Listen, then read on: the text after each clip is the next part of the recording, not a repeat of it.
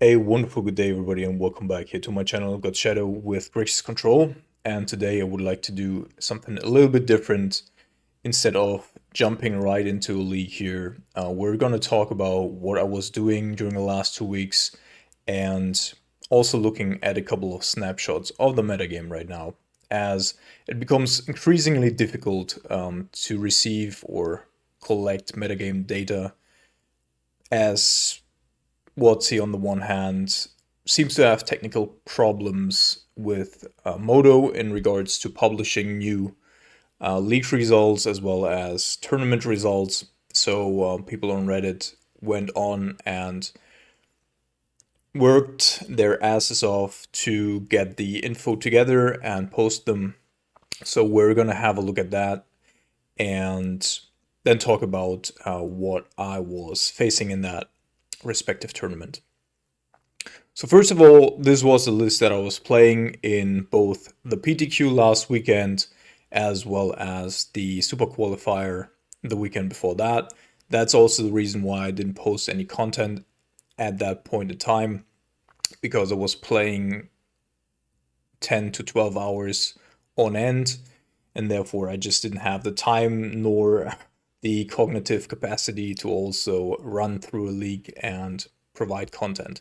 I actually also tried to produce the donation league of Esper Control, which I also did, but apparently, and I hope that's not the case right now, I do have a couple of issues with my computer, as OBS, even after installing and using different programs, I always have passages that are mute, and therefore these matchups I cannot show you. And well, I could, but it's super boring without any commentary, and therefore I just yeah, didn't upload that. I will include the parts that were watchable and that had commentary on the back of this video, so those that are interested in that can have a look at the Esper Control list that I was running, which was pretty great. I ended the league 4-1, and the league before that I 5-0'd.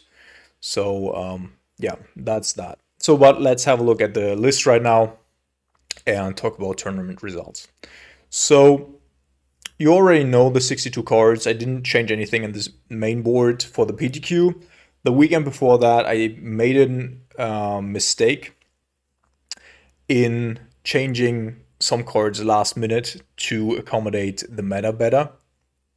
And I went with Croxa over Valky, and I went with Thought Scour to accommodate Croxa, etc., etc. So I made a couple of changes to the aesthetic of my deck, and while I was better equipped against mid-range decks like Jund, which was also my goal beforehand because I was expecting a lot of mid-range and Jund, I was losing in other matchups, and therefore I still had a decent finish. I finished 6-3, and I would say that at least one of the losses was due to me playing at 2 a.m. in the morning after a 10-hour run. But overall, that still cost me one matchup at least.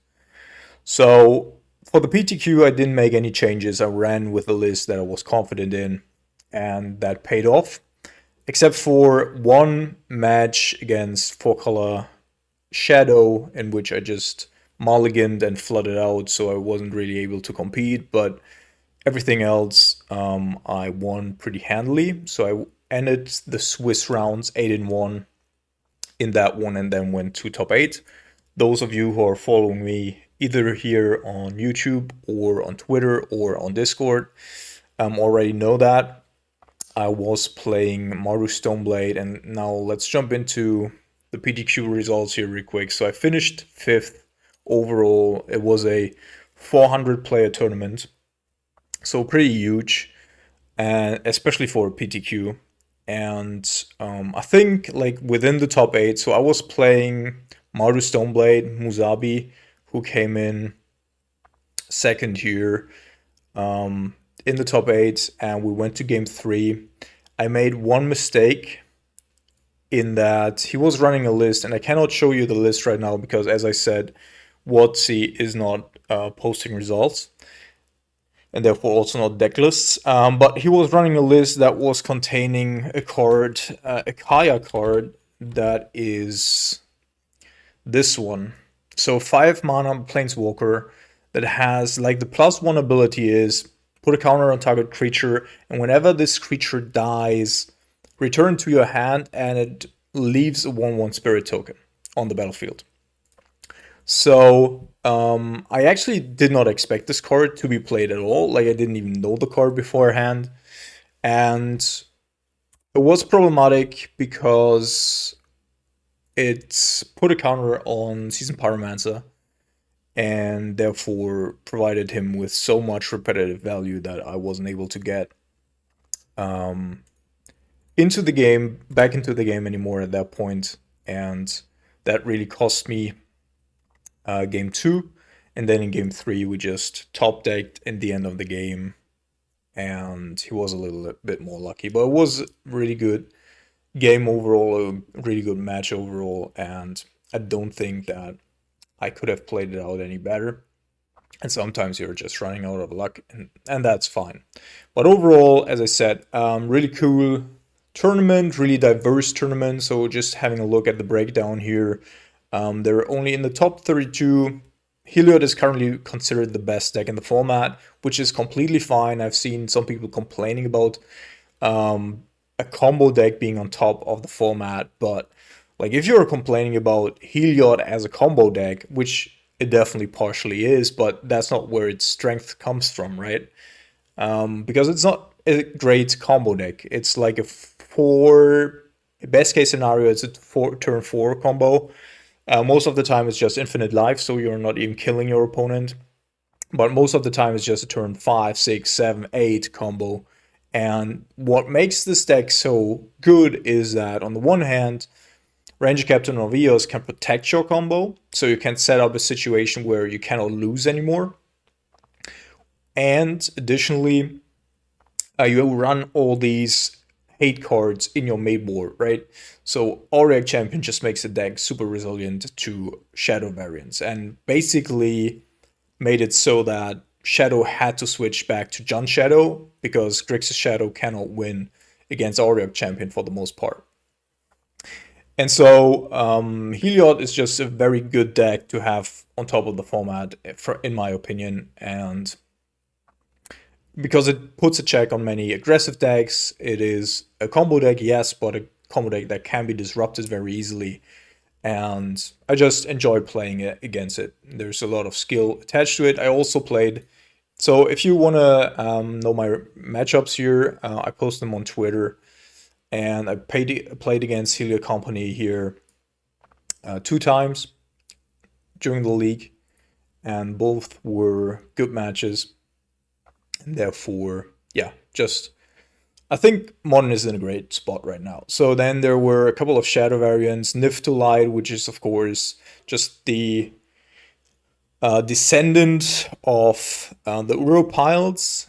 I would say it's of course 5-color, but it's just the deck with the most attached value to it.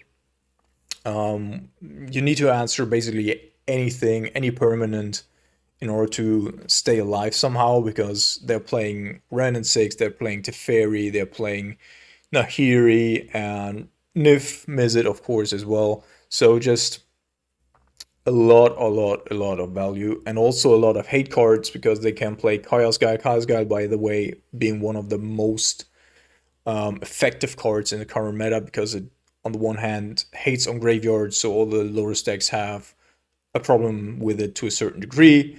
It gets around Boggles, and it also provides you with life gain, which makes it more difficult for Scourge of the Skyclaves as well as Burn and Prowess to deal with you. And therefore, Esper Control, which you can also see here in the top 32, is just in a very decent position. But not only Esper Control, but also, other control decks, like, not control necessarily, but also mid-range decks like Maru Stoneblade, which also can accommodate Chaos Guile and also do so. And that just gives them a certain edge in the current meta. So looking at the rest of the list here, there's just a little bit of Tron. So there's a really good spread here, right? There's aggro, there's combo, there's control, there's mid-range. We basically have everything in here. And as I said, just a really good meta. And yeah, I think we're decently positioned within it. Of course, whenever you're playing Grixis, you also play a deck that can be hated out. Like our color combination is being hated out the most in the format, I think. So by playing blue, you have to face choke and boil at the very least. And sometimes you're also facing these weird hydras that have protection from blue and can be countered, you know, Toski that cannot be countered, and all these different hate cards that just dump on blue because people just don't like playing against blue. And so WotC keeps providing cards that, you know, dump on blue. And then there's also Oreo Champion and all these cards that provide protection from black and or red. So Core Firewalker sometimes is a little bit problematic.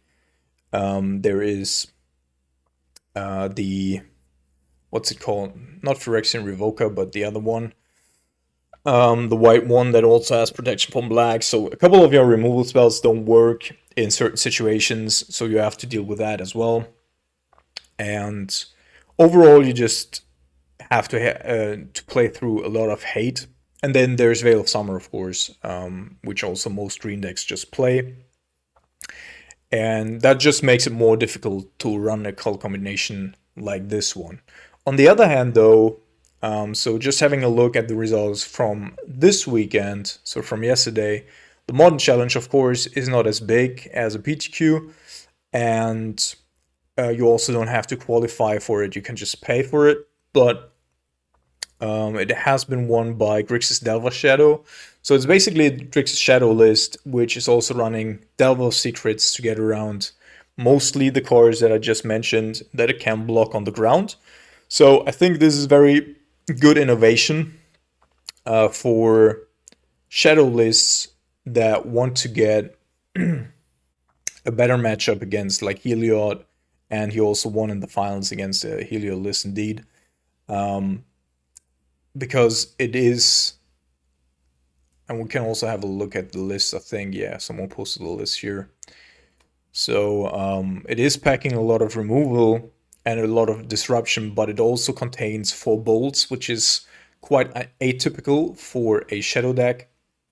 And as I said, like the Delvers to get around Auric Champion, etc.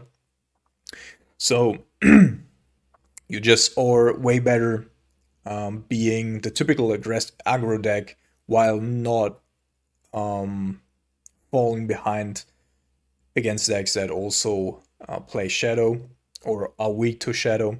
You're still running the Timul Battle Rages, etc. And therefore, I think this is actually a very good adaptation of the meta. And looking at what else was there, so this weekend we saw a rise in Shadow. This could also be partially due to the fact that, yeah, as also Bamsing here wrote, Guldukat was playing John Shadow in the mocks, and therefore some might have adapted or adopted his lists. But all the other decks here are pretty common, right? The Yuri's blue-white spirits list here. Excuse me. Is a little bit atypical to have 2 in the top 32 here. But other than that, mostly everything that we also saw in the PTQ. So the meta seems, while it's still in flux, of course, and it will continue to be in flux as some decks rise and other decks will adapt in terms of sideboard and mainboard. The meta overall, like the variety and the spread of decks seems to be quite stable. So people already figured out what is decent in the current format, and it's such a huge variety of decks that I think it's just overall very healthy. What else is there to say? So just in terms of sideboard, what I switched in comparison to my former lists, I went away from Anger of the Gods, and I cut the not stubborn denials, ceremonious rejections, as I thought that Green Tron and Eldrazi Tron specifically had a little bit of a harder time in the current meta as it's so aggressive, and there are so many shadow decks running around, and therefore Green Tron has problems against shadow decks, and then Eldrazi Tron has a lot of problems against all the other aggressive decks, and therefore I just cut those down. I added another Damping Sphere. Damping Sphere not only good, of course, against Tron, but also against Titan decks, against which I cannot bring in Ashiok, etc. because of Lurrus. And it also has a little bit of utility against Storm, and coincidentally I was also playing Storm in my first round, and Damping Sphere definitely helped there, because I was playing a very good Storm player, and was a really tough fight there. And I went with Engineered Explosives over Anger of the Gods, because you currently always see, like, whenever there's a meta in which there's not a really defined top deck, outside of maybe Heliod, which is very tedious to play on MTGO due to all the triggers, and sometimes your opponents, try to time you out. And therefore, there's still a bunch of players that are just playing Boggles, etc. And so I thought that Engineered Explosives, because otherwise I cannot beat Boggles. And so I decided for Engineered Explosives over Anger, because Engineered Explosives is also a card that is good against Jund Shadow, which I was expecting a lot, and I wanted to play around Veil of Summer. But while that worked out pretty well, one also has to mention that in the top 8, when I was playing against Mardu Stoneblade, Anger of the Gods against the Seasoned Pyromancers would have been way better than the Engineered Explosives, and might have saved me a game there. But overall, I was pretty happy with the configuration. To mention is the Maya Triton, which I also upped for 1 in comparison to Formalists, but I cut the Dragon's Claws due to the fact that I just wanted to have an additional card against shadow decks here as well, as I have to cut quite a bit post-board, and therefore my Triton just was a very good addition. Also, I was asked, because some people I think saw, or I was told at least, that this match here was against a streamer, and people in chat were wondering why I was bringing in Maya Triton here. Not only Maya Triton as a card, but also in this matchup. And the reason is that against Green-White Heliod, you sometimes get into situations like you have to focus your removal pieces on the combo for the most part, and therefore you sometimes get in situations where there's a company or a ranger captain, and you have to face a single target creature that is 3 CMC or more, and has like 5, 6, 7 power, and you just can't deal with it. Maya Triton not only insulates you from those situations whenever it's not an Auric champion, of course, but it also provides you with additional value from the graveyard due to Lurrus and a little bit of life gain. So even if you are playing against, say, an Auric champion, you can still cycle your Triton a couple of times for the most part to receive a little bit of extra life gain to get through that part. And therefore, I bring in like 1 or 2 copies depending on what I expect from my opponent, and just as a roadblock against these big creatures that I just can't deal with at that point in time because I don't have additional removal, right? Maya Triton at that point is just additional removal basically that I don't have in hand right now, or I have to keep up for the combo. So that's it here. Then I just want to go over a deck that I was brewing this week because I didn't want to play. I played so much Grixis last weekend that I actually didn't want to play Grixis during the week. And I was brewing a little bit with zombies and got a 5-0 with that as well. So it's black-white zombies with a lot of triggers. And this deck is really, really good against mid-range control and creature decks. But it of course, has no chance against combo and has a couple of weaknesses against burn and prowess aggro as well. But overall, also a pretty cool list. So just wanted to share that. Also, I think I didn't play a whole lot this week, but I think there's a super qualifier today as well, which I won't be participating in because I cannot play till 2 a.m. in the morning again. Yeah, I do have eight trophies right now. So let's see if I can make it to the front page in the near future again. But right now, I think I'm pretty happy with where we are at. And next week, Strixhaven spoilers are going to start coming out. So we shall see if the format is going to be broken by some cards again, or if we get a couple of neat additions. So have a look out for that. As I said, like if you want to join our Discord, I cannot answer all the individual questions because I'm receiving so many. But for the most part, I will answer on Discord at least 2 general questions. But for the most part, I try to answer everything in the Discord groups. So I hope you enjoyed this. As I said, I will put a couple of gameplay videos attached to now, and might also provide another leak today, but I'm not sure if I can make it time-wise. So have a good day, and see you guys around. A wonderful good morning, everybody, and welcome back here to my channel. Today we are playing Esper Control as Stefan has won the paper deck show-off challenge of last week with more than 100 people voting on over 10 decks that had been submitted, and Esper Control came out on top with like 45% of the votes in total. So congratulations to Stefan. I already sent you the money as well.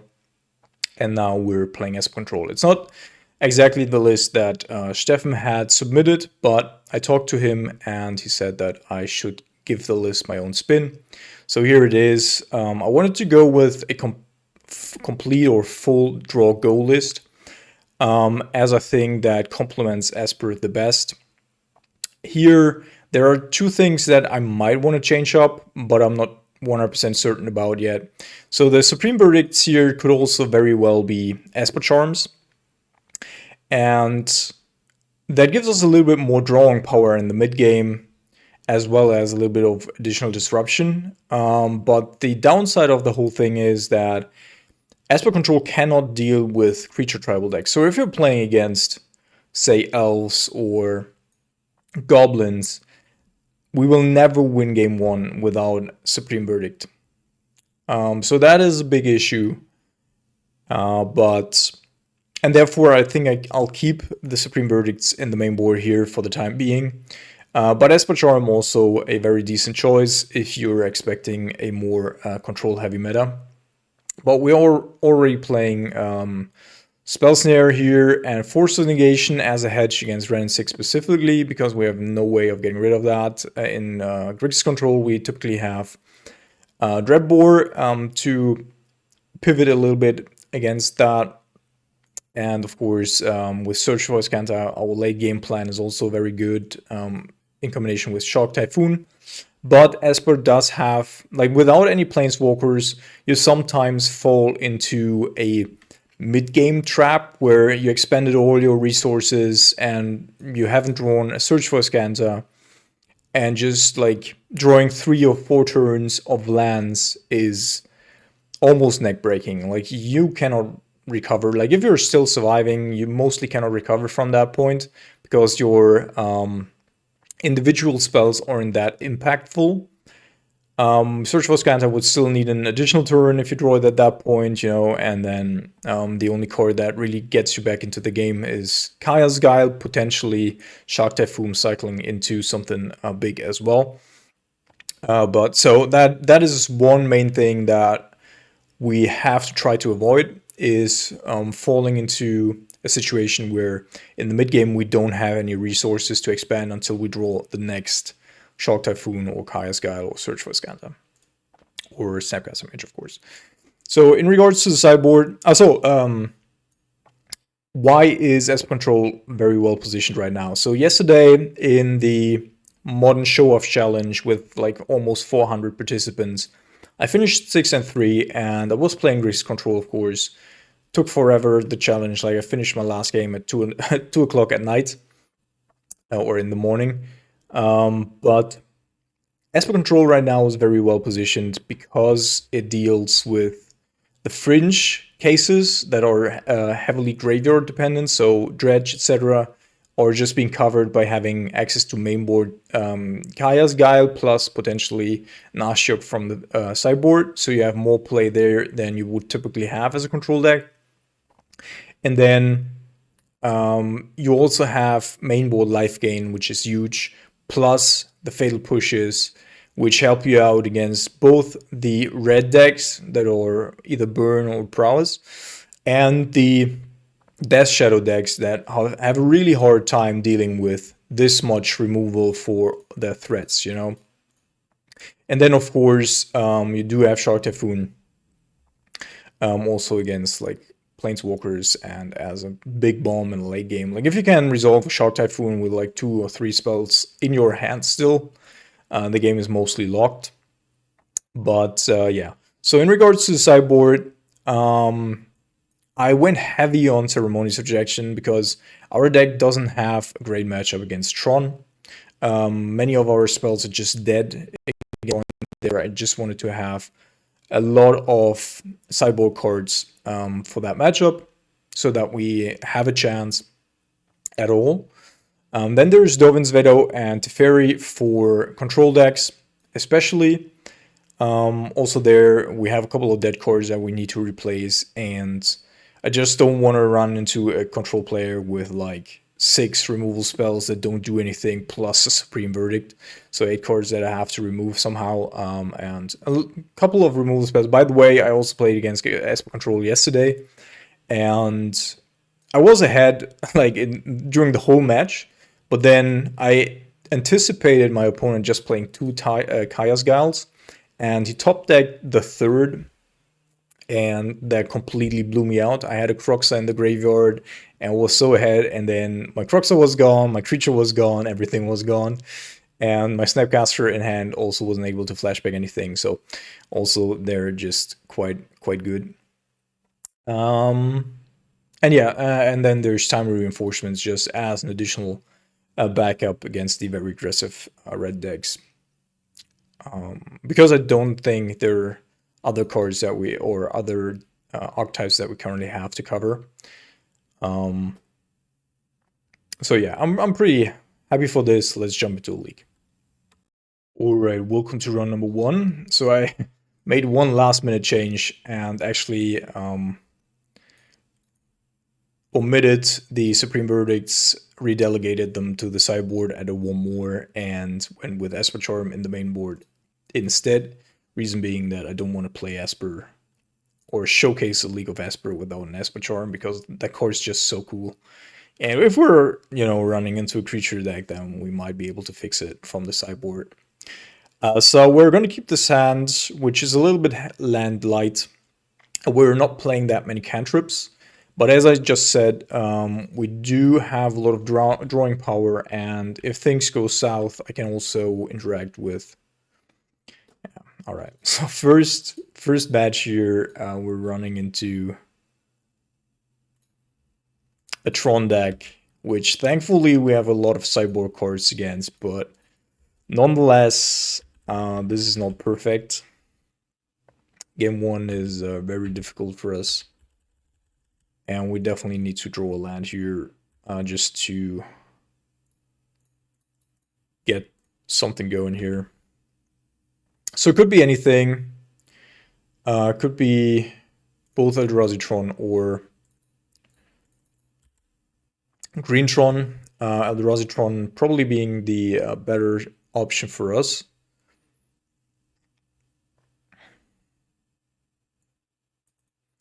So let's have a look here at the sideboard. All right, so it's Green Tron, and the more, so I cannot really counter this, therefore I'm just gonna let it resolve. And there's not anything that our opponent's doing here. So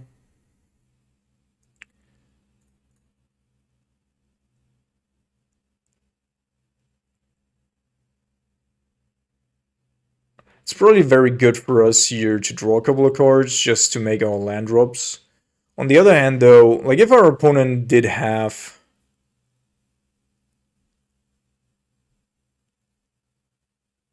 threats in hand, he didn't play anything.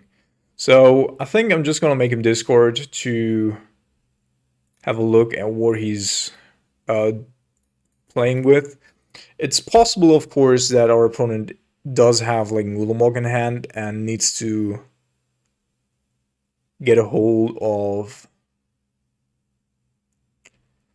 another tower first, but that might also not be the case. Alright, so now the plan is to find one additional land here, and apparently, like, he's not even fetching, so it is possible that our opponent... Yeah, I'm not going to do anything against that. Like, if he's looking for threats, then he will be cracking that up shortly anyway. And if not, then I can utilize my... Oh, he apparently doesn't have anything here, which is interesting. Yeah, I think I'm just gonna go looking for either another Esper Charm and or another Archmage's Charm or a Cryptic. So, and thereby also just fueling the cards that I have in my graveyard. Because our opponent, while he... Alright, there's a Cryptic, which is good. So the trade-off between drawing a card there, or drawing 2 cards, and the Cryptic there was actually worth it. So while he's just cycling, so he also doesn't have Nulamog in hand, otherwise he would have already played it. So apparently just stuck with 5,000 mana here, plus 2 lands that he's already gotten rid of, which is quite insane. So I don't yet want to go with the Snapcaster Mage here, because if I can somehow force my opponent to utilize the Relic. Okay, so apparently he's not doing it yet. Sanctum of Ugin. Makes sense. Let's see. Now he does have something. Okay. So I'm going to counter here and return the Sanctum of Ugin.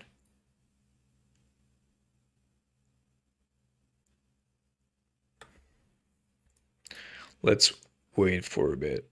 So 6 mana are open. He's going to get Nulamog though, so...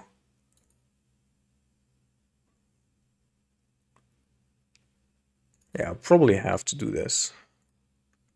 Nonetheless.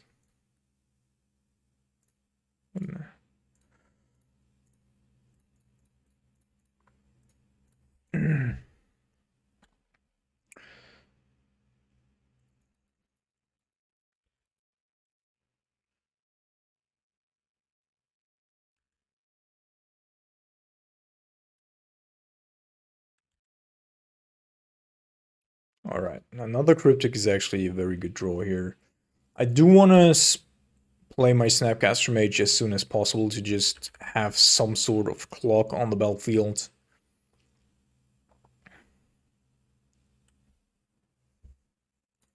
Alright, so now he's getting annoying here with that Sanctum of Ugin.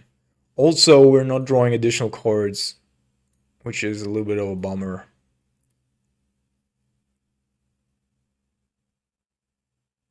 Yeah. Okay, so I'm gonna let this resolve so that my Cryptic Command at least is in the bin. And then we're gonna do the same again. Because we cannot let him have Nulamog. Like, as long as he's stuck, he doesn't even have a green source yet. So As long as he's stuck on cards in his hand, yeah, that's fine.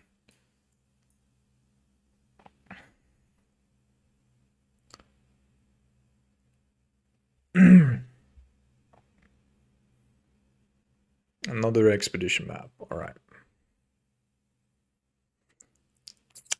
So Shock Typhoon is very decent here if we get a turn where we can just deploy it. So I don't want to play it because no matter which Planeswalker is coming down, or an Ulamog also, we're gonna suffer. Also from this spot on, our Logic and all, of course, is not very good, but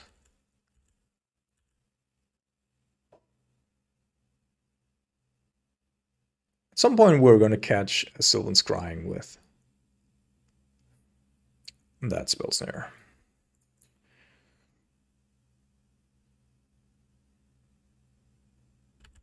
Alright, so opponent doesn't have anything anymore. Might have another green card in hand. So now we have a tiny clock, but better that than nothing. And he's got 10, 12, 13 mana. If I go with the Logic Knot here, I have 4, 5, 6, 7, 8, 9. So I could actually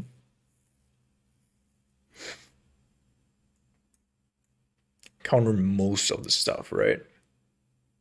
Whereas if I attack with the Colonnades here,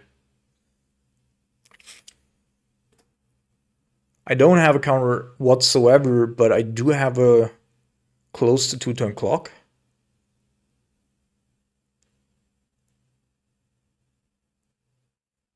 Which would be good because our opponent does have the ability to fetch an Ulamog anyway, and therefore I think this is the play.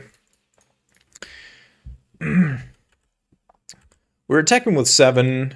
Next turn I can also hold up.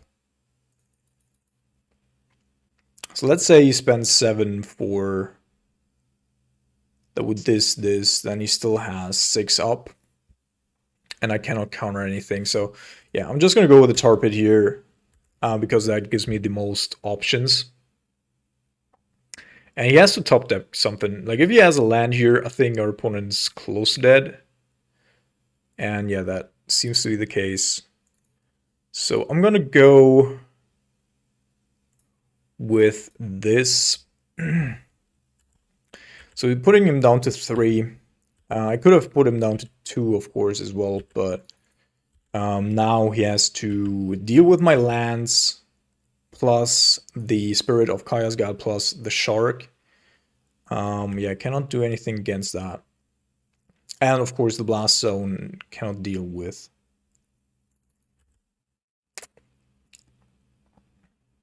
this. Alright, does have Ulamog, but I don't think that's enough. We can also get rid of the Ulamog, so that's not actually a big deal.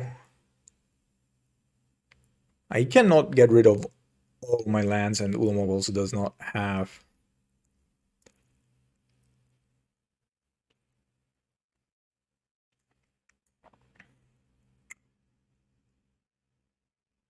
Let's see what he targets.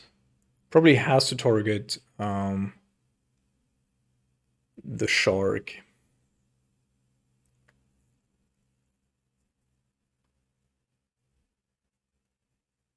So I don't know, like, I don't think he has any outs here. Like, even if he had another Dismember in hand, he wouldn't be able to play it. So I'm not sure what he's looking for here. He's going for my Colonnades, which is also like the worst possible. Because so now I'm just gonna wait and see what he is looking for. I don't understand. Like, what does he want to do here? Another Ulamog, alright. But so I'm gonna let this resolve. And then go with each opponent sacrifices a creature.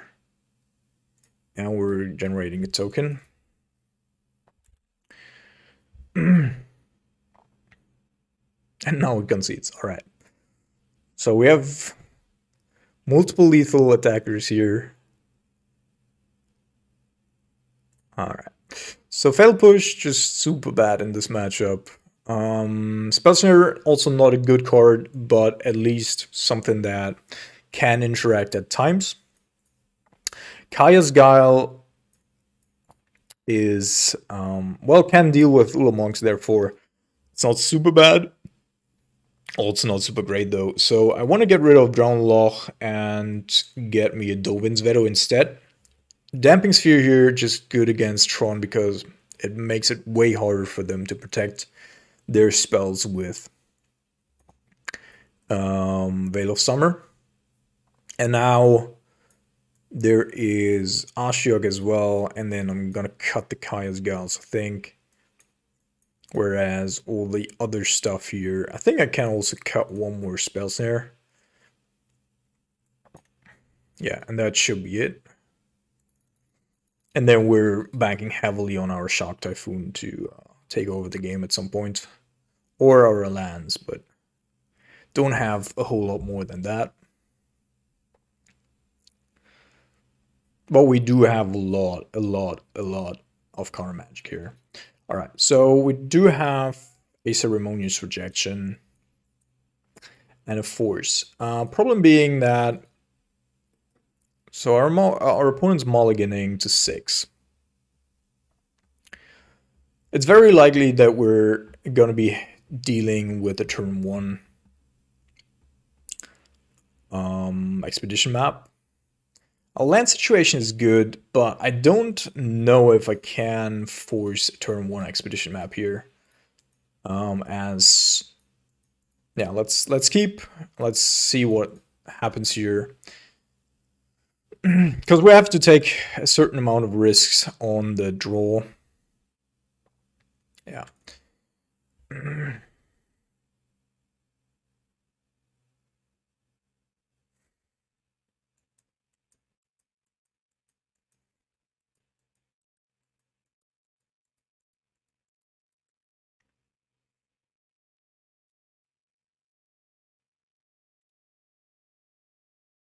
I honestly do not know if this is actually what I want to be doing, but our opponent's on a mulligan, therefore it's possible that this is still correct.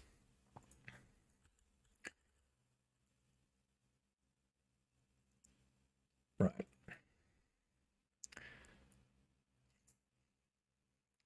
I mean, it's not going to be a turn 3 Tron, which is good, but we are going to have to draw something as well.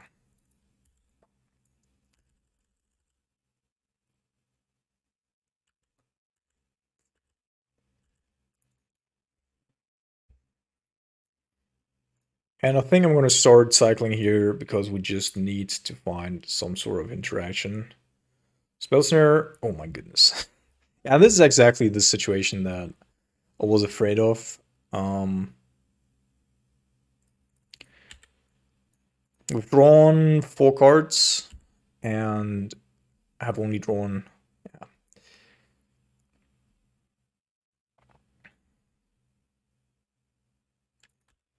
I mean, a Wormcoil Engine is still the best case scenario for us in terms of just being able to deal with these kinds of things.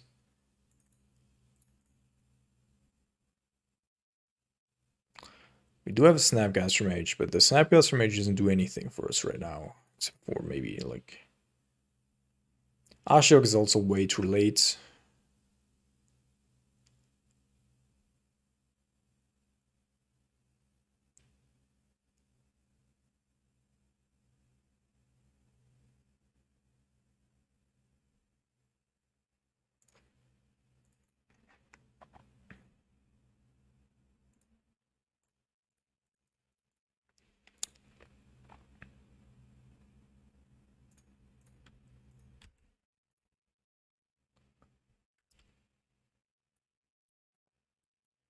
So I'm just playing the Ashiok here to have a little bit more information if we're going into game 3. All right, so we're back in the game here, apparently.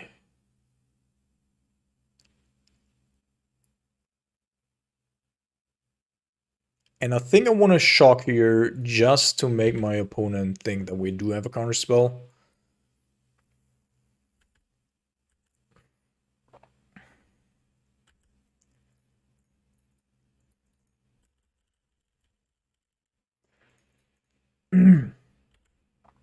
And if he's not playing anything here, like I'm very positive on him potentially having a Veil of Summer in hand. Oh, come on. Like something's really wrong here, right? Like, what the fuck's going on? 2, 3, 4, 5, 6, 7, 8, 9, 10. Alright, so opponent cycling. I think we have so many good outs. Well, that is probably going to find something good. Yeah.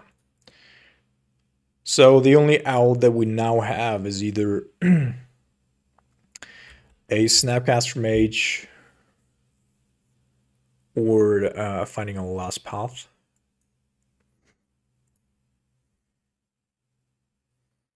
We could also find like a cryptic command. Oh my goodness. So I don't want to let him attack to not show him that we're also playing like Damping Spheres, etc. But this was extremely...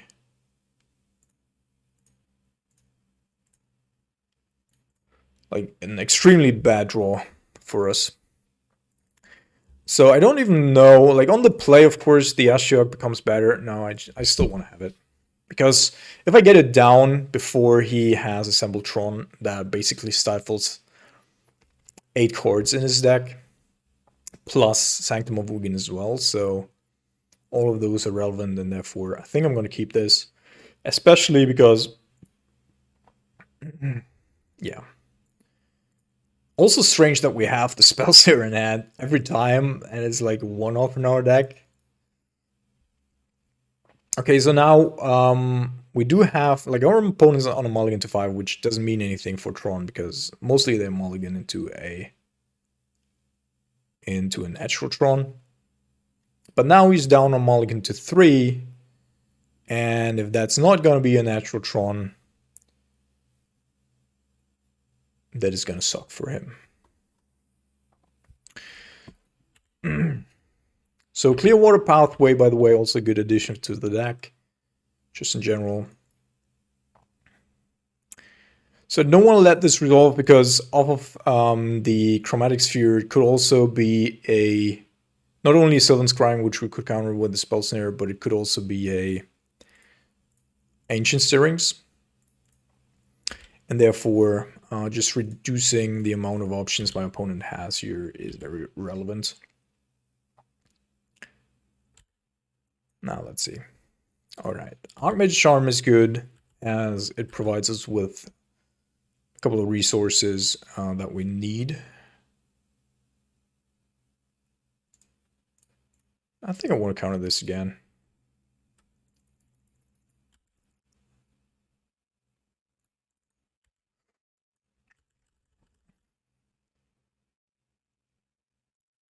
Okay, so this time I'm going to let this resolve as...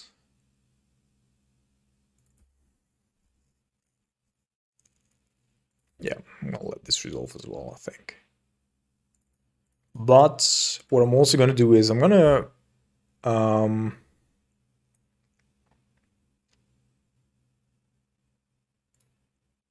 draw 2 cards in response in order to potentially find a Force of Negation with which I could be able to cycle that Spell Snare.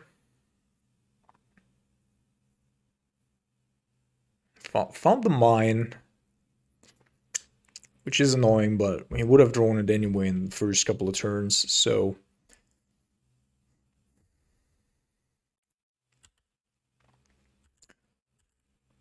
and now we have a couple of resources to play with. Alright, alright, alright.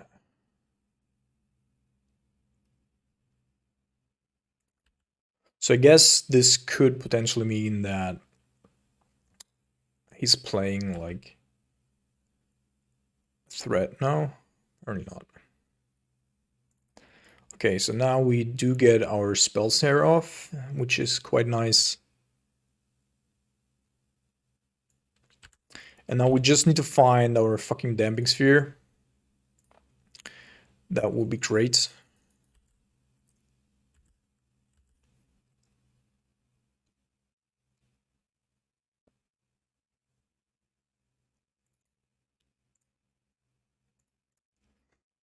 So I think I'm going to go with the ceremonious rejection here. Apparently he does not have a threat here to play, and he's so aggressive with the digging for lands here that I would almost assume that there is an Ulamog in hand.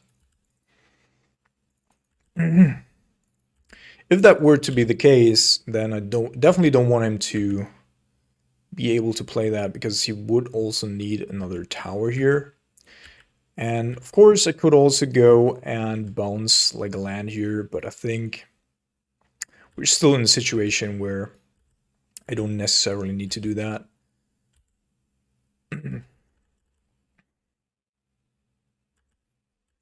Okay, now it becomes a little bit weird. So I'm just looking for, well, alright, that also is pretty good. So if he doesn't play anything this turn, do I care for an Oblivion Stone? I don't really, but somehow I also do, so I'm gonna counter this with a Dovin's Veto. And now I'm gonna bounce a land, so that next turn he definitely can't go higher than a Karn, which will give me an opening here to attack with 5, putting him down to 9, then it's a 2-turn clock basically. And I still have up my Archmage's Charm and my Force Negation backup. Super weird. Like, our opponent has to have a couple of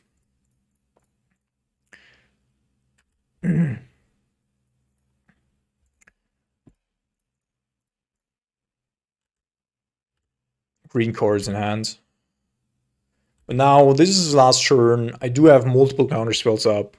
Now he does have a forest, which might enable him to have a Veil of Summer as protection, but that won't be enough. And this is also not enough mana to... I'm not going to counter this because it's 7 mana. There's absolutely nothing that can stop me here with this much counter magic up, therefore...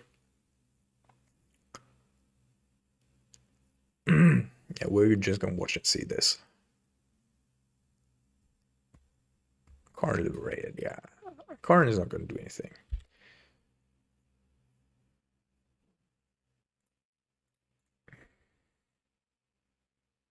Alright, GG's.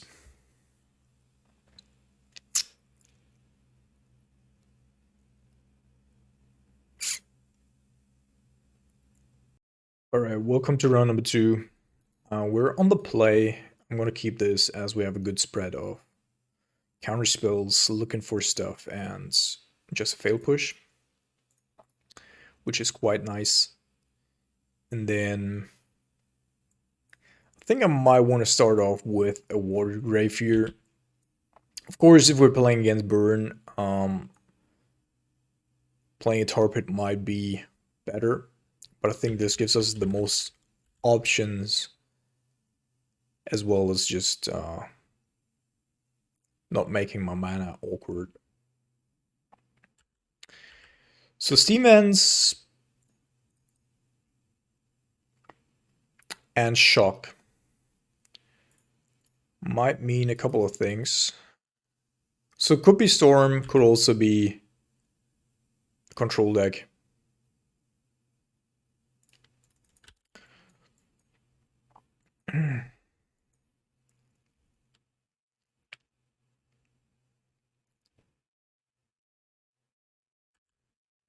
Could still be both. So I would put him on Storm right now, as that seems a little more obvious, but that might not necessarily be the case. Okay, so it's playing fetch lands. Fetch lands typically, I mean, there are Storm versions that are playing fetch lands, but not as many, and therefore it could be just a control deck here, and we'll have to be careful about a potential Blood Moon. But we're a draw goal list, so there's no point in this game we're gonna tap out on our turn if we don't want to. Alright, so it's a Jeskai list, which is interesting as well. Jeskai versus Esper. So Jeskai tends to have a lot of burn spells, which means that at some point they are very likely to go just for the head.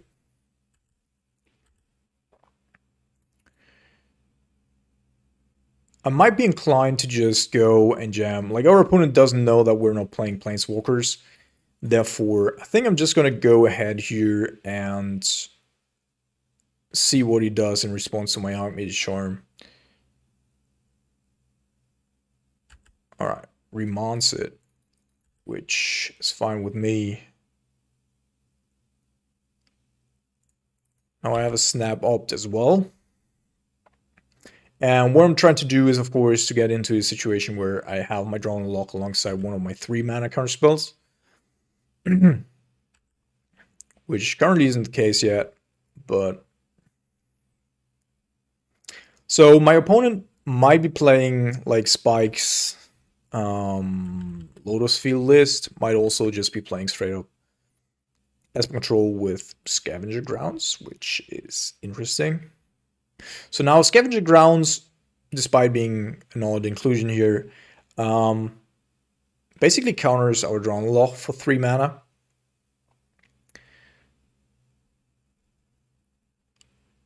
He knows about our counterspell, right? So... Oh, alright. So it's a Felidog Guardian deck list here, which is interesting. So I probably want to have my Drawn Lock out for creature at some point. So my Force of Negation is still my backup. No, I think I'm going to go with... No, I'm not going to go with Drown because I do want to play around a Spell Snare. And I don't want to go with my Force of Negation here, if I can avoid it. But that's interesting, like, against a Felidog Guardian list here. That is very, very interesting, indeed. So now I definitely want to go with either Snapcaster Mage and Archmage Charm, but that opens me up to a Remand. Therefore,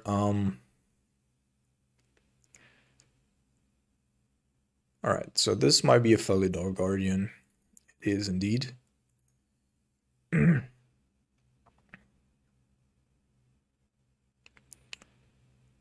So I'm just going to bring in the Snapcaster Mage and counter the Felidog Guardian with my Archmage's Charm because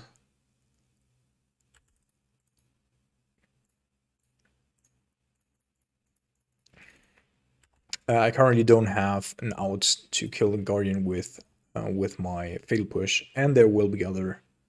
Like, if he wants to really go with the combo here, there will be other opportunities along the way. It's good that our opponent's a little bit stuck on mana here, because that makes Scavenger Grounds a way more difficult choice. And also, I think I'm just going to draw 2 cards. Draw 2 cards, yes. Because I see 7 cards in hand, there must be a couple of dead cards in there. Probably a couple of removal spells, because as a combo deck, I assume my opponent's playing a couple of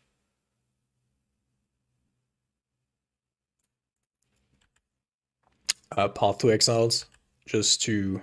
He's not playing Snowland, therefore no Thin in the Ice. On Thin Ice. thin in the ice. So this is a little bit annoying, but I'm gonna let that resolve. He's just gonna draw a card off of that opt, and we are gonna go with fail push here before he gets to block. So we maintain our clock if he doesn't go with a path to exile or a lightning bolt, I guess.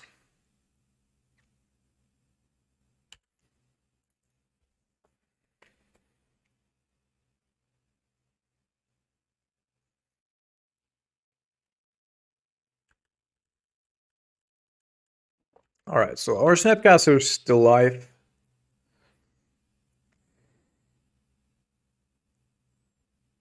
Now there's the Teferi. So I think I'm going to go with the Cryptic Command here, as that's my most clunky counterspell. And I do want to find additional lands. And there's no way he can counter this unless he also does have. I don't care about that, I just want to find its chart. Alright, a Colonnade is a good pickup here. But as I already said, like I just want to find a path, a Shark Typhoon.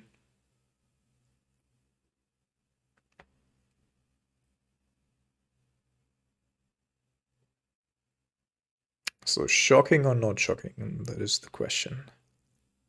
Alright, opponent opting to not shock here. And as I said, like still, I don't see a reason here to go after my opponent's hand.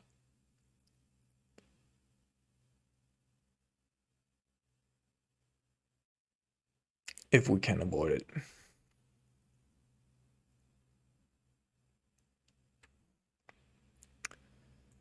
And I think here I'm gonna go with the Logic Knot. Because if he wants to remand my Logic Knot or his Snapcaster Mage, that's fine.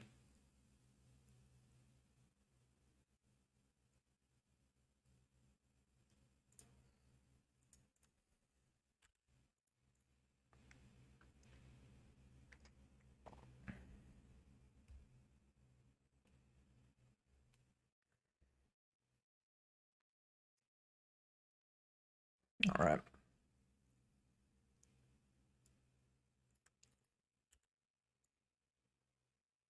Yeah, this is exactly 8 mana, so I have 3, 3, 2. And if nothing happens, then my Snapcaster is coming in again. So our opponent definitely has a couple of just clunky spells in hand right now.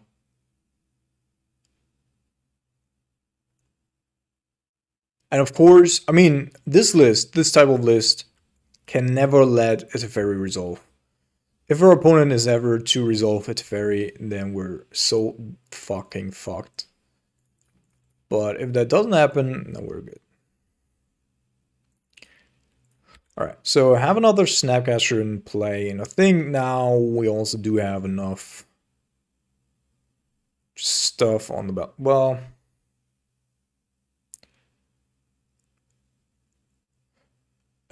so I have 8, 9, 4, 5. Yeah, that's fine. So I'm gonna go with this, and still have 2 counter spells plus my Force of Negation up.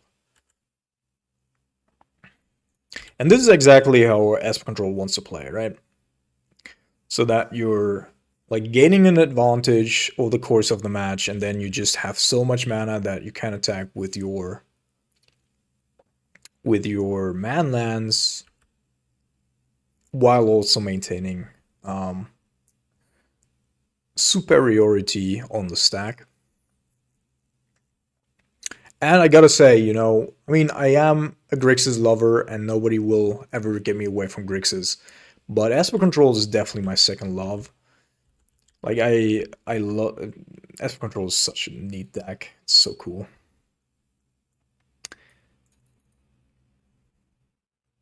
But as Grixis, it is somewhat of a lesser played archetype. But it might be the time to shine for Esper control right now, just by virtue of. So my opponent basically cannot do anything anymore, and now we have a Shark Typhoon, so I'm not even gonna attack with my Tar Pit. I'm just gonna bait here with the Snapcaster. If he goes after my Snapcaster, that's fine as well. And then I'm gonna go with like a lethal Shark by the end of his next turn. And then when it comes to... It's got another one. Okay, let's counter this. Because you can just bold it, and then he's got a threat in play as well.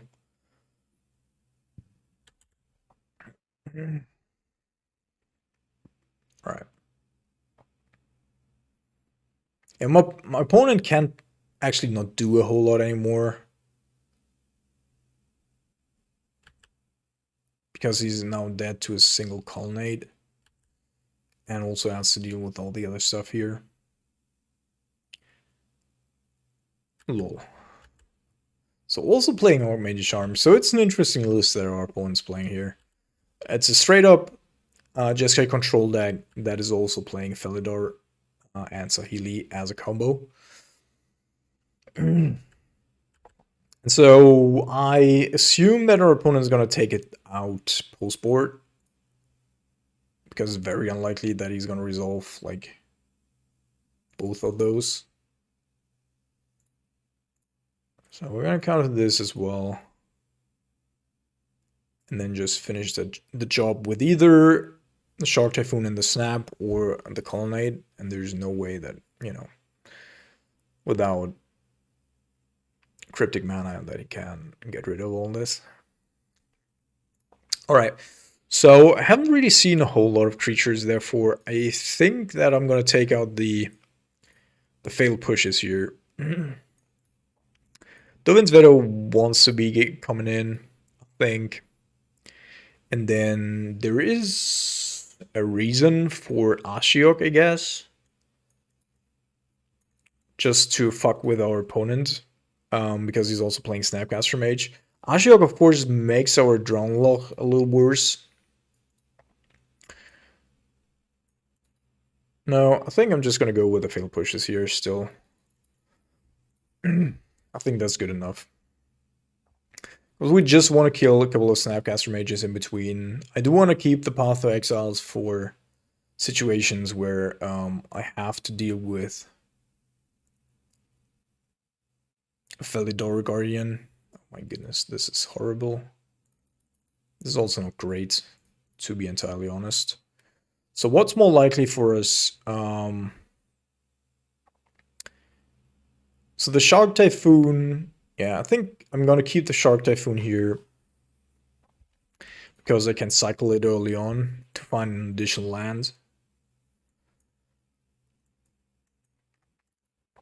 We don't need much. Like, as with Grixis, this deck's mostly capable of running on 3 lands. Like 90% is functional at that point, and then there's 100% functionality on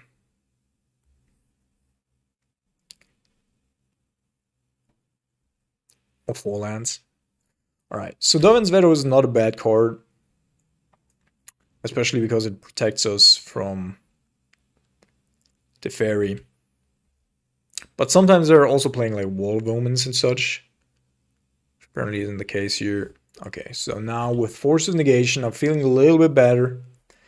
But it's still not great. It's still not great. Also,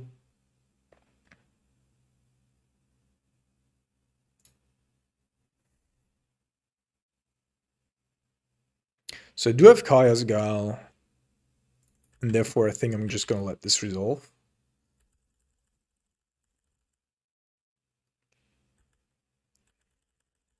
Because I just need like a 1 mana Shark Typhoon. Or an additional mana for Kaya's Gal.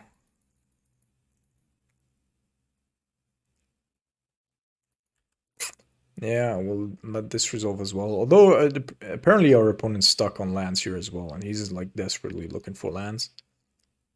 And put 2 cores on the bottom. Yeah, so he also does not have any third land, which is interesting. Oh, come on. Oh, come on, dude. Fuck. We're on the draw. We drew an additional card, and yet we were not able to find a land or not. But as long as our opponent is also not finding a third land, I think I'm good with that. Alright, cool.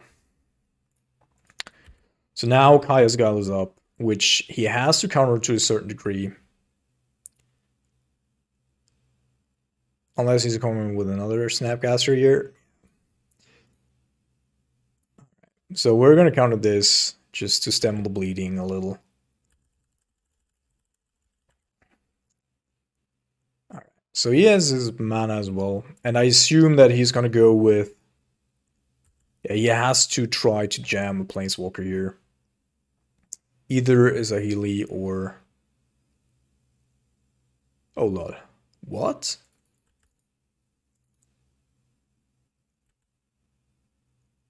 Okay. This is like super weird.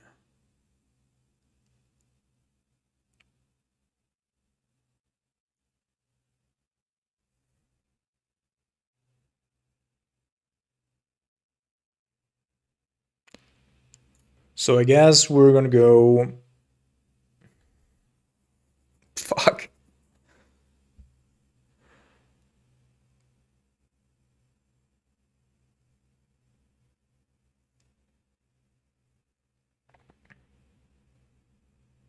I think actually it's the best for us if we were just to go with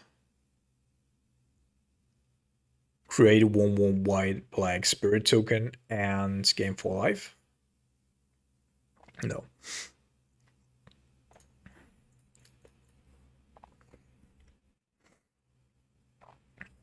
So it might have a force, but he's running a weird list here. So I definitely, like, if we have to go to game 3, I definitely have to put in my failed pushes again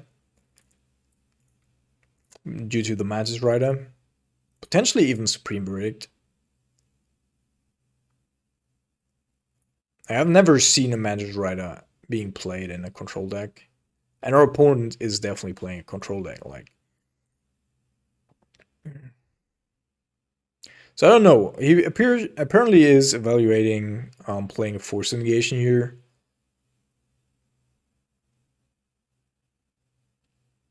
What really is interesting here is alright, so he finally sacrificed.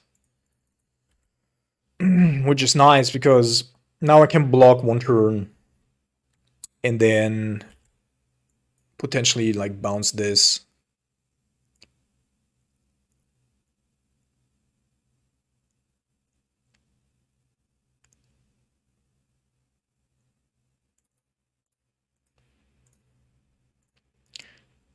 So I'm gonna keep these up.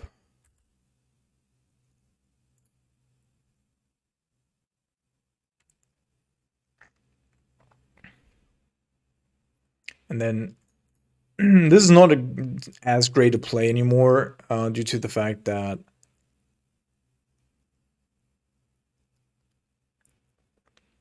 I don't have force of negation backup anymore. But I think we have to go that route here. We have seen lightning bolts, but I haven't seen lightning helixes. I'm also very interested in... Like, I think my opponent does have a force of negation, but was not willing to sacrifice the Teferi there. Because the trade-off for him was relatively small. And just sacrificing a Snapcaster Mage.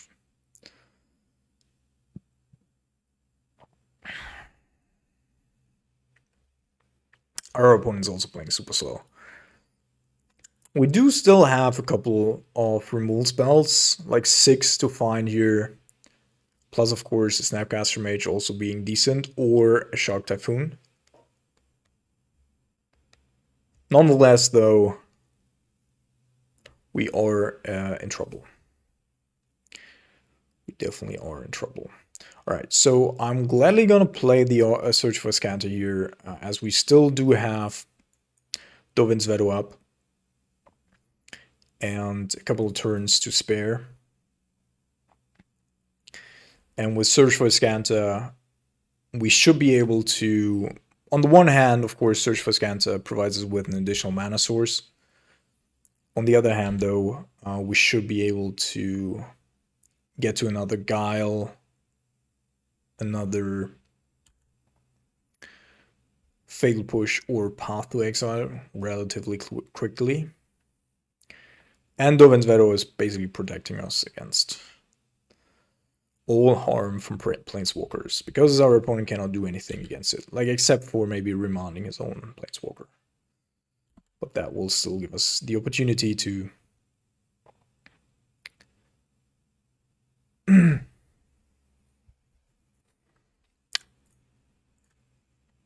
mean, we have still 6. It's not 100% sure, but we should be able to deal with this in time.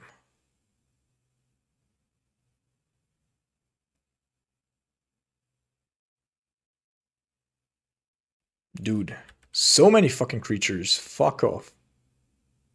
That is really annoying. Alright, so I'm definitely gonna bring in my Supreme Verdicts. Fuck this shit.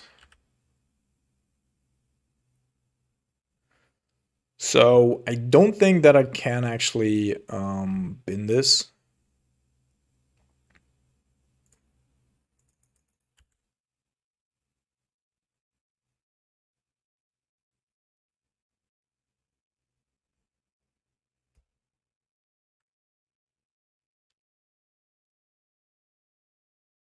Fucking motherfucker.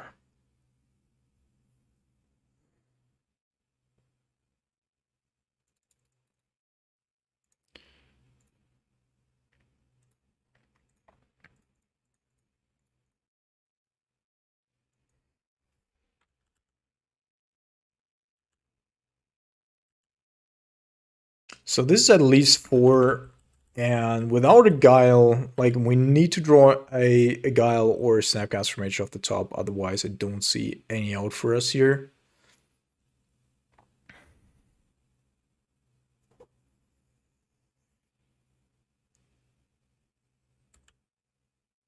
That is also dealing damage. It's not a Mantra though, so... Alright, this is lethal.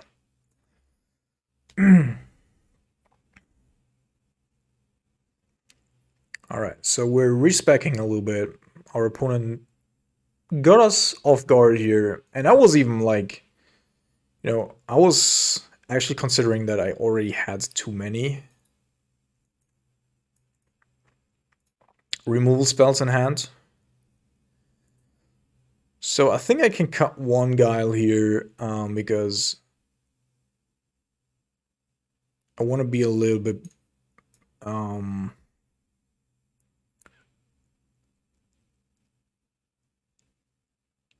just a little bit faster on my feet. I think I can also cut both Esper Charms and go with one Supreme Verdict. That should not weaken our deck a whole lot in terms of counter magic, but we do have a lot more potency in terms of dealing with threats and a whiteboard.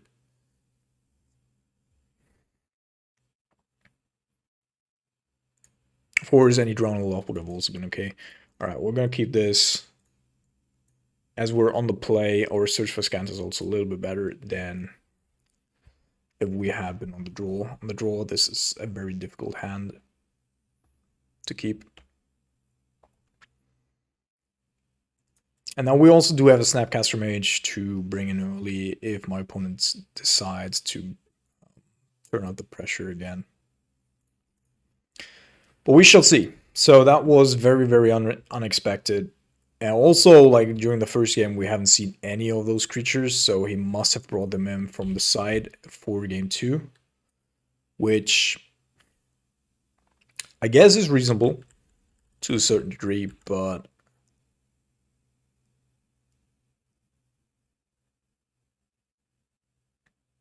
all right.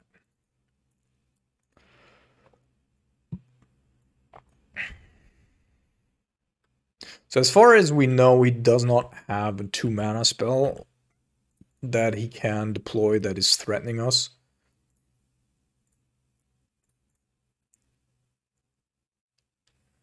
Nope, don't want to have that. Thank you. All right, we do have a spell snare, which is good. But I think we have to shock here just for Dovin's Veto being a thing, and also, of course, Path to Exile.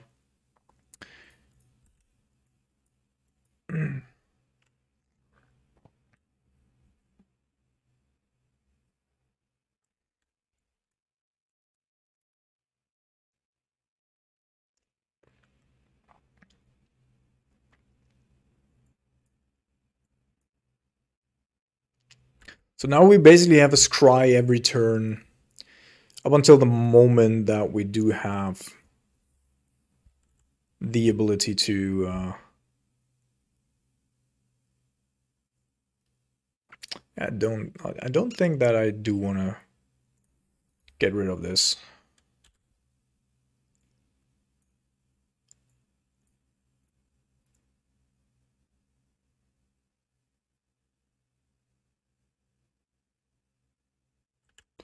All right. So no Snapcaster Mage just yet. But of course, we might be hit with the Mantis Rider again, which in it by itself is already very annoying. Okay, no Mantis Rider, but a Sahili. Ashiok, lot. Alright. So our opponent apparently completely switching up his entire main board here. Maybe even a transitional sideboard, I don't know. Like super weird what he's doing. I think if he... Yeah,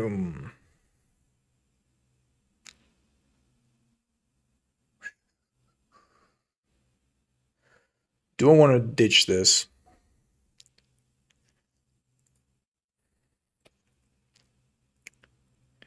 Like if I draw a black source that I can bring in on that,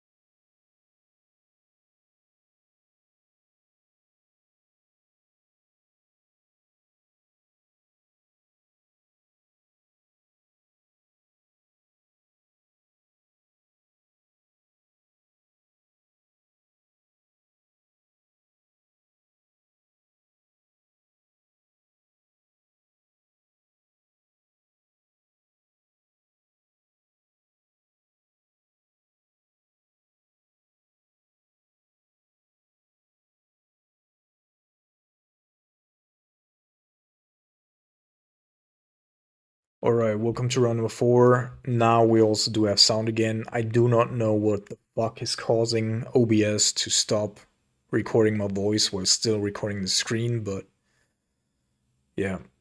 There's also no error log message or anything. It just stops recording audio.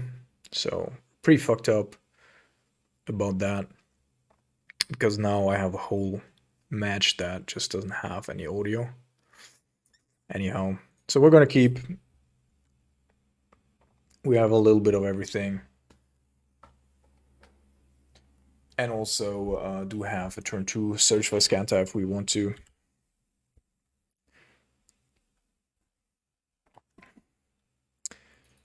Alright, spirits is gonna be a problem. So this is one of the tribal decks that I was talking about that Esper has a really difficult time against without access to Supreme Verdict.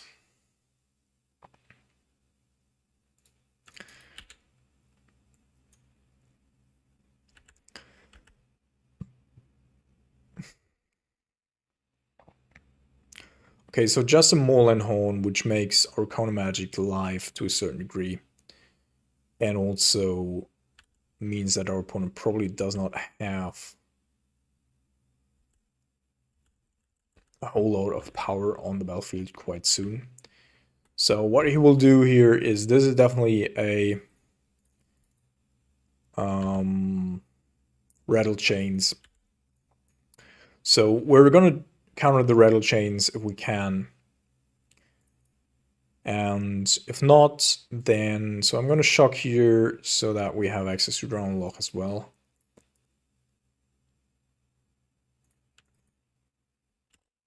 And then if he sacks his Mausoleum Wanderer, that would have been okay as well.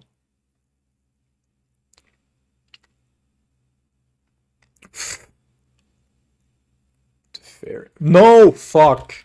Fuck, no. Fuck. I was on F6. Damn it. Alright, so this is an issue.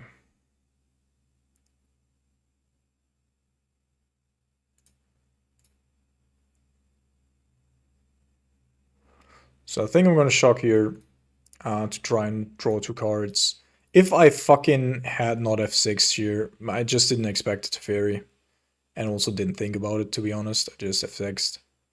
So,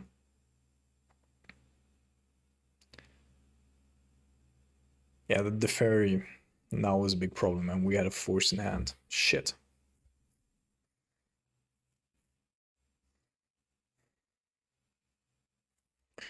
Okay, so now we have all mana. Spell Queller is now, of course, also a problem.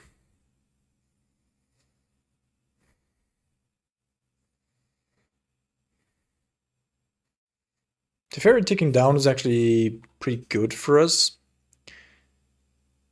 As now I can play the Search for Scanta, potentially. Or bring that one in. So I'm pretty sure that my opponent does have the ability to go with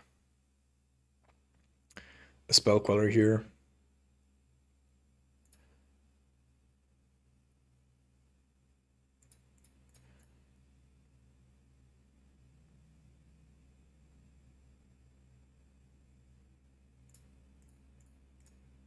Might also just go with the Moorland Haunt, I don't know.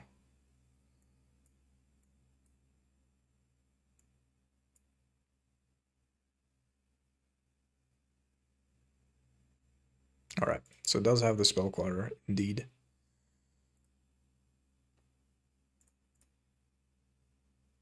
But next turn we are gonna have the ability to hopefully go with Archmage Charm, Steel, I don't know, Spectral Sailor, I guess? Yeah, without that Teferi here, things would look very, very differently. And that one is on me. Still haven't lost though. Okay, so that one's gonna go to the bin.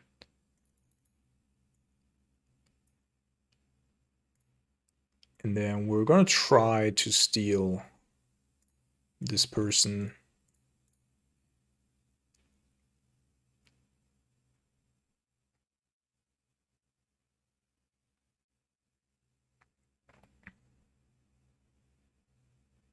And then potentially kill the other.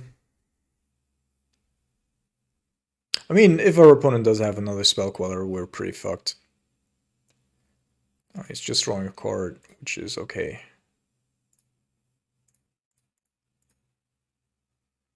And then next turn, we will have Colonnade up, plus we can flip the Search for Scanza. And that will allow us to potentially get in with a Kaya's Guile, which would be great, of course.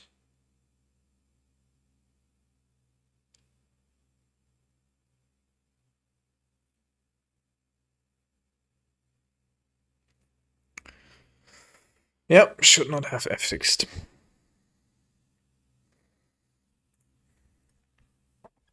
Post board, the whole thing looks differently now, though.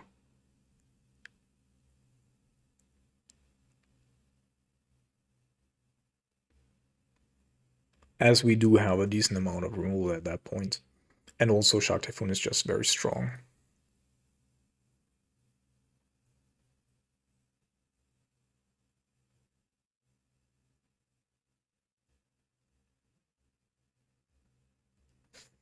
Rattle Chains.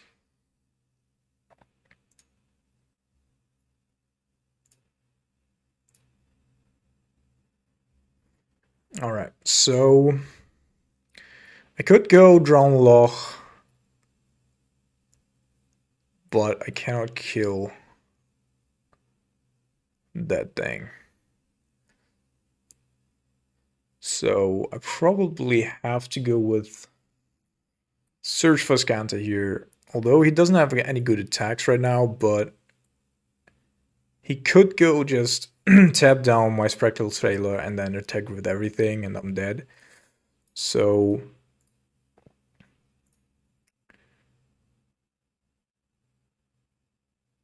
Path to Exile it is.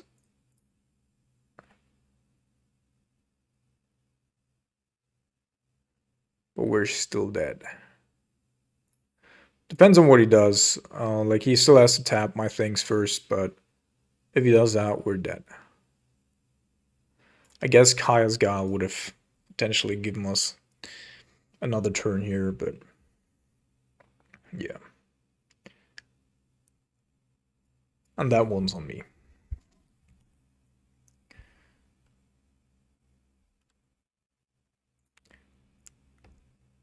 So I'm gonna bring in the Supreme Verdicts. Kind of do want to have the timely reinforcements as well, I think, due to the fact that we might be able to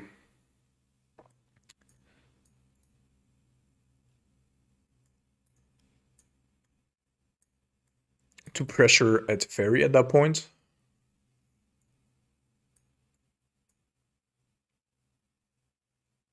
Yep. I think this is it.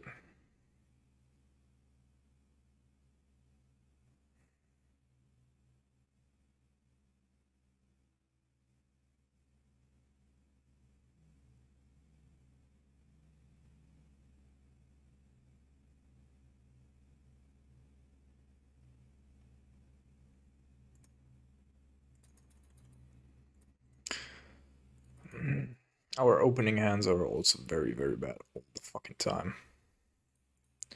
So we're gonna keep, and I'm gonna ditch this.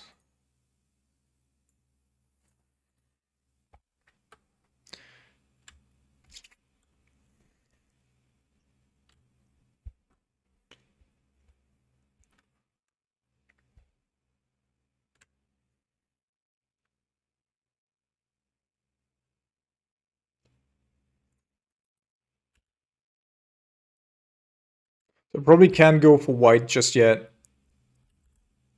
Maybe I do.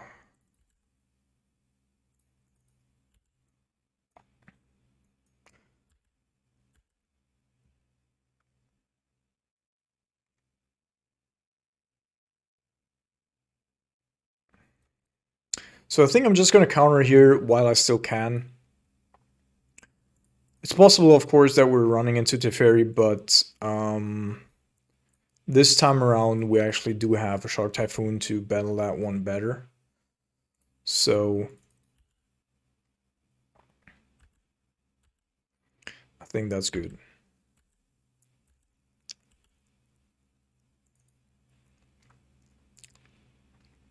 Yeah, our opponent needs a blue source, otherwise he's fucked. He doesn't even find lands, so this one might be a little bit free, but our opponent also got one gifted last turn, so maybe we are on equal ground now.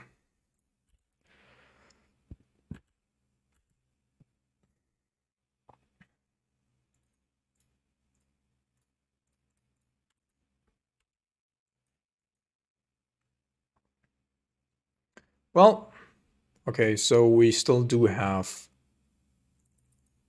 a game on our hands here after all. So I do think I'm waiting for his upkeep to go after the Mausoleum Wanderer, because he could have Rattle Chains, and if he did, then I could have just responded with the Spell Snare, which I think would have been a decent play.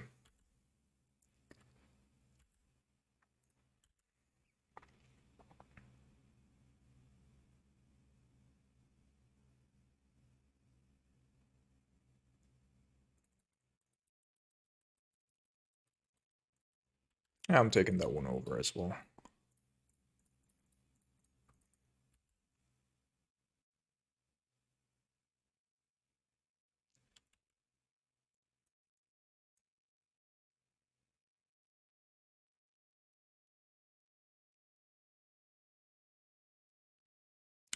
So Moorland Haunt is annoying to a certain degree, because it just doubles, basically doubles all the creatures of our opponent. And I strongly assume that we're gonna see a Moorland Haunt activation. Keeping this other one back because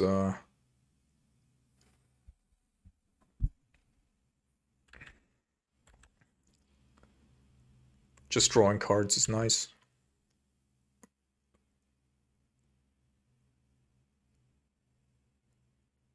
So if he wants to not trade, he needs to bring in a Lord here. And if that happens, then I can counter it. If it does not happen, then I can just block it with my Sharp Typhoon. Or draw an additional card, that I could also do.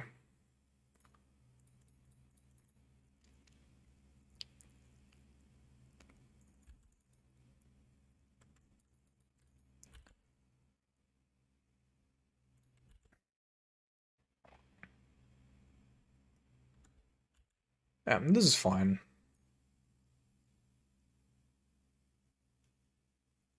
As long as my opponent's spending his mana on, like, doing this, which he cannot do anymore now, because he already got rid of all the creatures in his graveyard.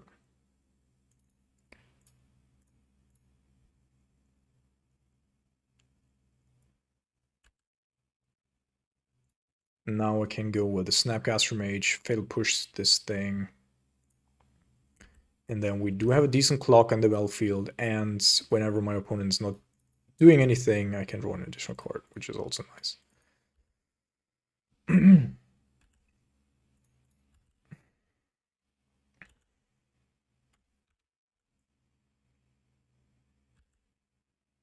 That's a little too late. At this point, I think. So I think I'm gonna get rid of the time reinforcements again. It's just not, I don't see a spot where I really can commit to tapping for 3 and like it giving me a decent out. Unless I want to bridge the gap to a Supreme Verdict, but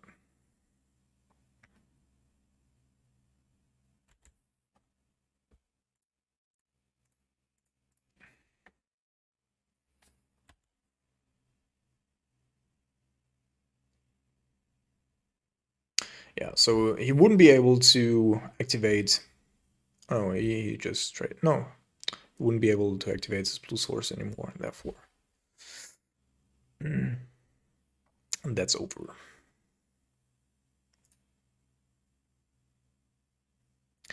Okay, so time reinforcement's gone again.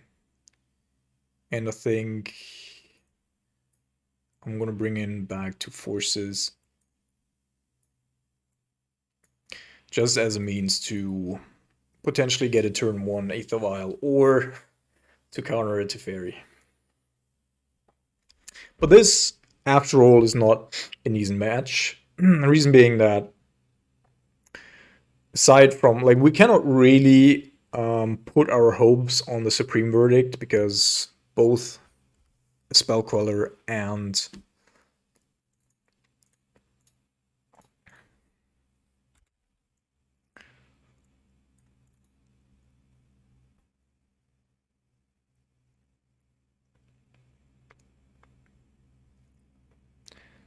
also a Selfless Spirit is gonna counter that for the most part.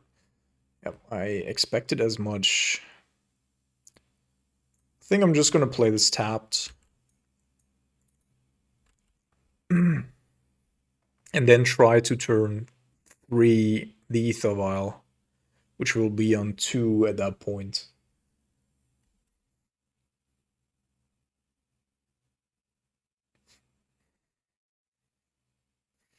Interesting. Very, very interesting. So I'm definitely going to go after his creature with the Fail Push, I think. Oh, he does not have one. What? So might be running into Teferi. Thank goodness he's not playing it. Alright. So this one.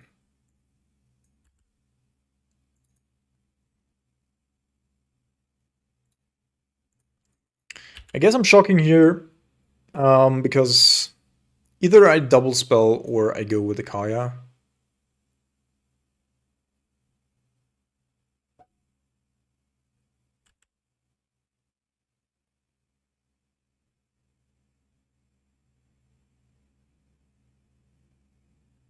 Okay.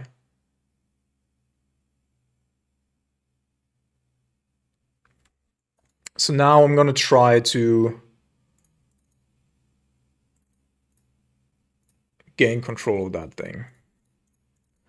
Because that thing's way too annoying.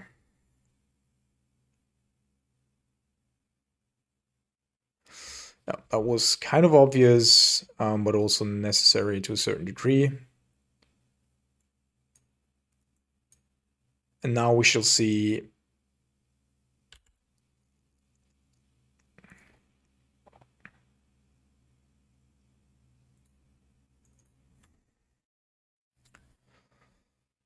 Whew.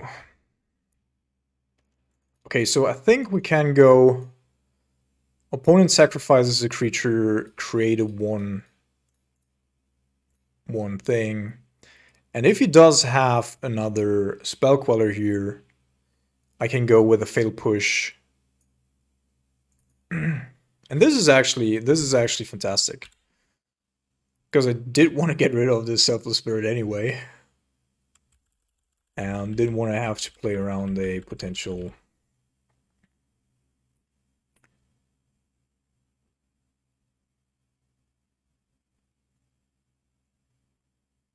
Oh my fucking god.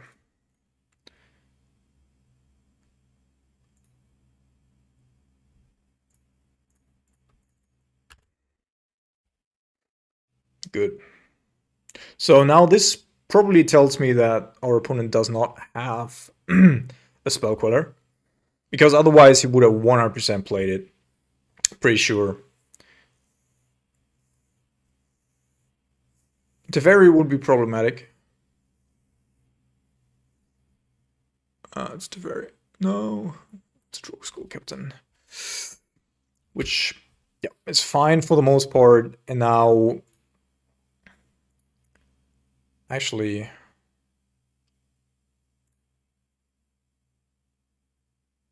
no, I'm gonna do it this way. This will mean that I have to shock, but this way I can also keep up. So, do I really want to go and steal that thing? Yeah, I think so.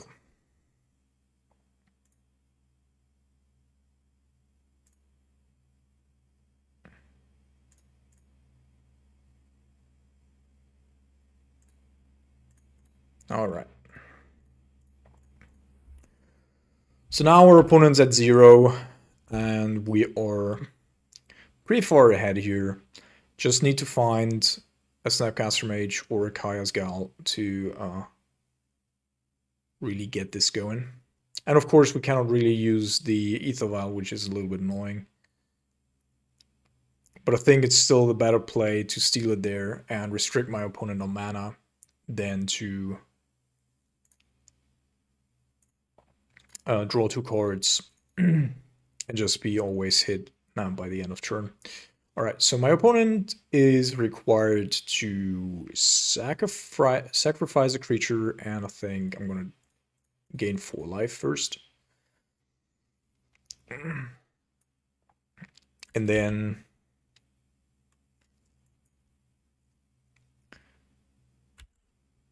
so I'm doing this at these awkward spots to play around a Spell Queller all the time. Also, my opponent does not have a Cavern of Souls just yet. So this dude is actually pretty annoying. But now we get a sweet 2-for-1 again, and this also means that my Supreme Verdict will remain in the graveyard. And now our opponent does have only 4 lands in play. Of course, he had 2 cycle lands or canopy lands, but nonetheless, he should have a couple of dead draws off the top at some point. Because up until now, we just did not.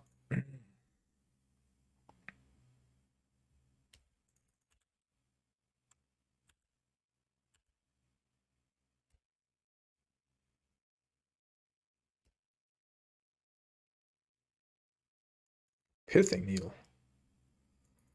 Well, the thing doesn't do a whole lot, but I'm gonna counter it anyway just to get rid of my clunky cryptics and to hopefully find a Shock Typhoon at some point. Because that's really what we're looking for right now. Shock Typhoon, Snapcaster Mage. These types of things. But I think our position right now, we're also at 15 lives, so even if something happens, we should still be in decent shape.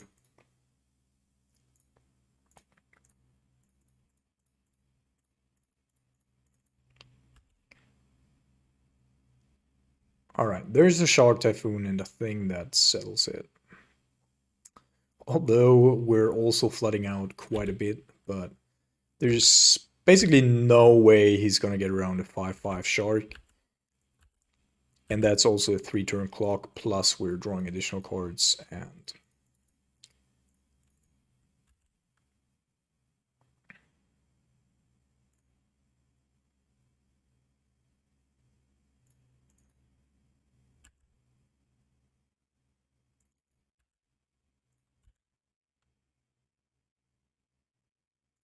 alright, so I'm gonna go look in here for any other spell, basically. Search for Skanda isn't bad.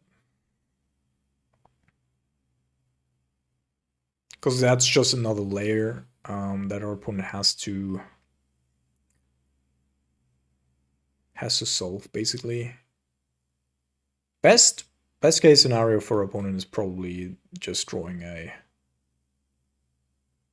Alright, Rattle Chains.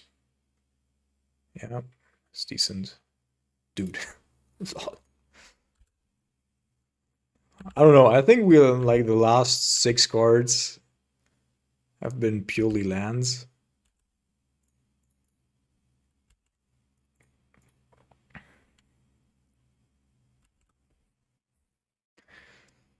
Not Nonetheless, we can flip the search, which means we definitely get a good hit off the top. In any case. And our opponent also has to block. It does have a Shackelgeist, which, you know, is good.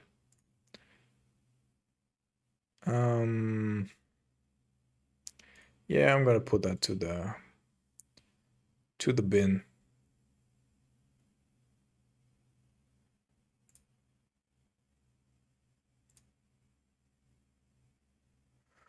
So I assume that he's gonna tap everything right now.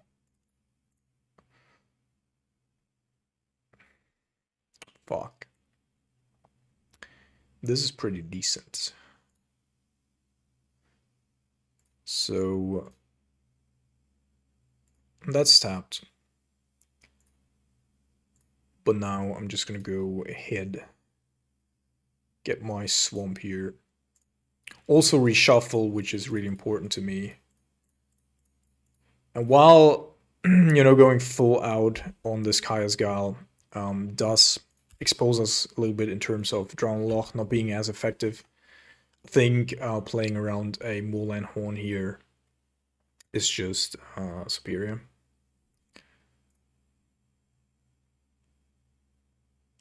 Dude. Why so many lands? Dude! Oh my fucking god.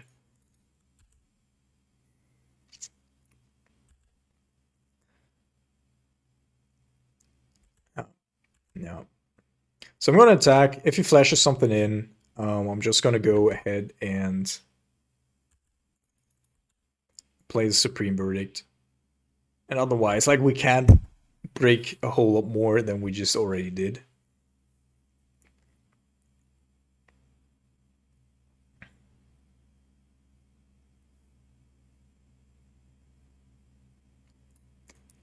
Also, we haven't, like, we have so many lands in play and not a single fucking man land. Alright. So we're gonna attack in for land.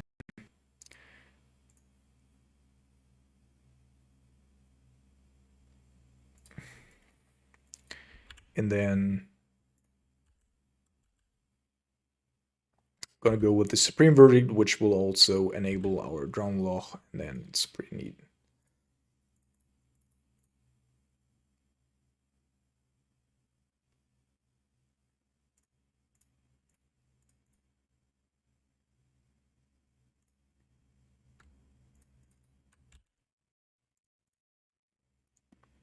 Okay.